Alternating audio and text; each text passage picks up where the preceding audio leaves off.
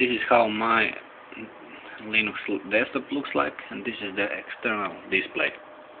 When I move my mouse, I get a blank screen, so I cannot log in, but if I type my password here or here,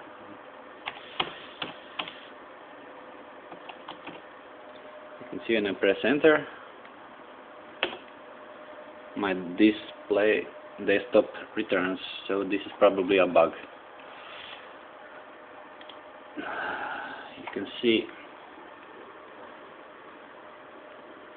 settings of my GNOME screensaver. You can also see power management settings, AC power,